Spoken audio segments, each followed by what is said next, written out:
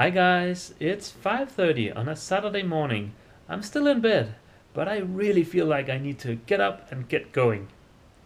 Yesterday, two guys reached out to me telling me that the pine I had originally intended on using aboard the boat maybe wasn't the best species of wood to use.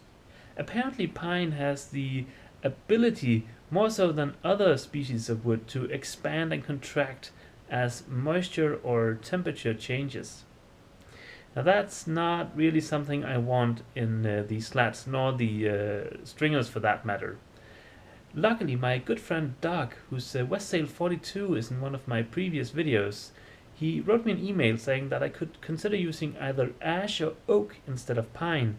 And it occurred to me that I actually have a small bit of leftover oak from some floors.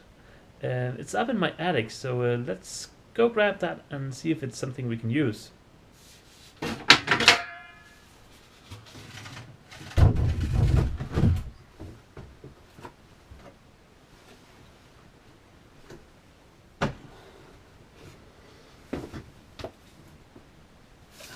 When I purchased this house in 2007, I replaced all the floors, and the oak that I pulled down from the attic is actually leftovers from the living room, the bedroom, and the office.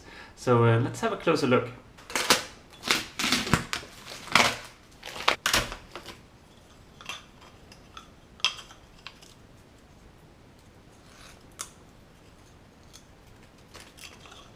As you can tell, this kind of floor is made up by a lot of tiny pieces of oak, and this is actually quite similar to what I had intended to do in the first place, which was to sort of build the stringers out of smaller pieces of wood. Only in this case I'll have to laminate a few of them together to get the correct height, so that I'll have enough room for the insulation and a bit of air circulation behind the slats. If I laminate together 3 of these pieces, I'll have 25 millimeters, which affords me 7 millimeters of air circulation in between the insulation and the wooden slats. I know a couple of guys have commented on my pronunciation of the word insulation.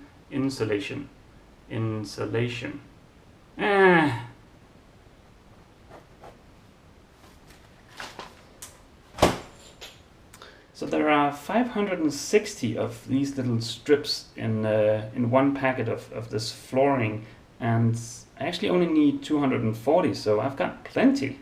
I spent the last 4 hours cleaning my house.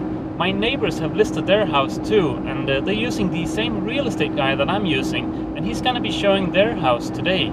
So I figure once some of those potential buyers see the for sale sign outside my house, they might want to come in and have a look. So it doesn't hurt to tidy up a bit, right? I'm on my way to the boat now, but fair warning, I'm not feeling all that great today, so we might very well end up just driving up there and driving straight back, but we'll see. I made it up to the boat. I'm still not feeling all that great, but let's start sanding and see how things go. There's one thing I want to show you, and that's this guy. This is the exact same model of random orbit sander I've had for the past 3 years, and well, my old one finally died on me a couple of weeks ago, and it was the switch in the handle that failed actually, which is kind of a weird place to fail, but it did. So I picked up this guy yesterday, and yeah, I'm looking forward to having a brand new sander.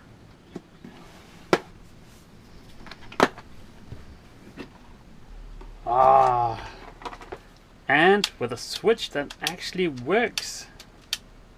And of course, whenever you're gonna be sanding fiberglass, wear a mask. I picked up this 3M one because I seem to be on a bit of a streak with their products, so I thought I'd give it a go.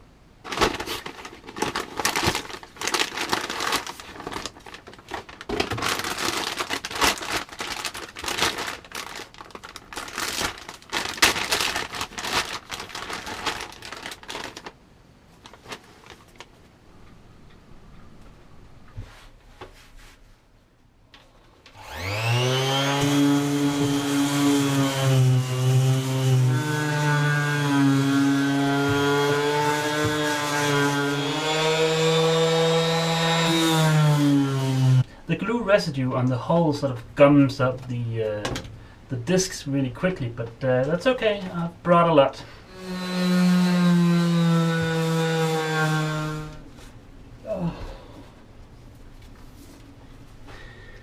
1 down, 9 to go.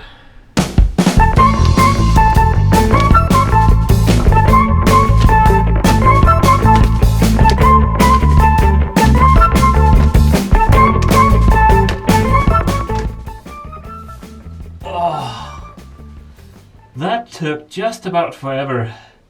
And now there's the cleanup job from hell. This is why I normally hook up my vacuum to my random orbit sander to avoid all this dust and ugh. Unfortunately, my vacuum's back at the house, so I didn't really have that option. And there's no way in hell I'm gonna clean up all of this up without a vacuum, so it'll have to wait for tomorrow. I've just been up to the washroom to get rid of some of that itchy fiberglass dust. Oh. I'm still not feeling all that great, so I think the last thing I'll do today is to mark up the exact position of the stringers. That way when I get aboard the boat tomorrow morning, hopefully, the first thing I can do after having vacuumed that mess is start to epoxy in the stringers.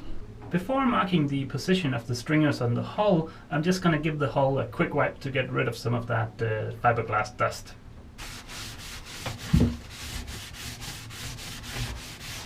This is what I'll do with the stringers. Like I mentioned, I'll need 3 of them to get the correct depth here. I might need 4, but I'll make up my mind tonight. And then it's simply just a matter of building this little tower of oak blocks and yeah, securing them in place with a bit of tape while the thickened epoxy cures. Sitting here is quite comfortable after all that sanding. I thought I better mention how I'm going to line up the stringers.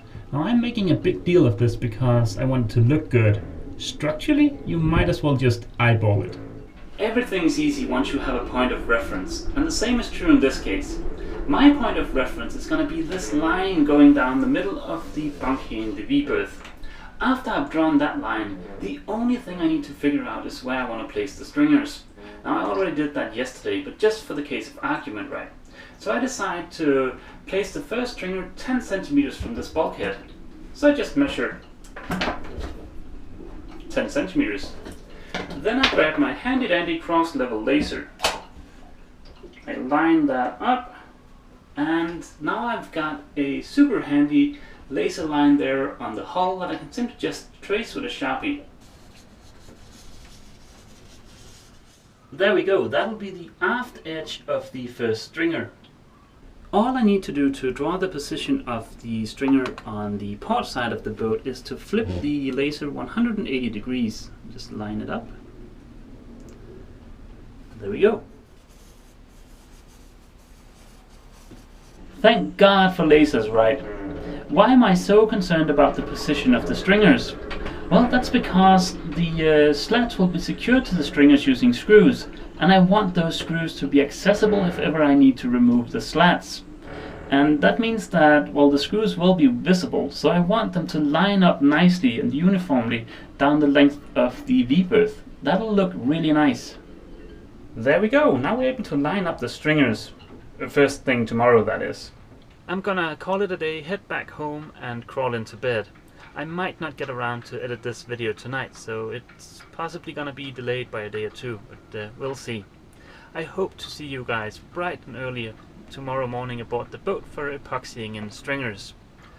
I guess that's it for this video, guys. See you! Jökull and I hope you've enjoyed this video. To be notified about new content, please click subscribe. If you're new to the channel, I suggest you check out the introduction playlist. If you've enjoyed this video, please consider giving it a thumbs up and feel free to leave a comment.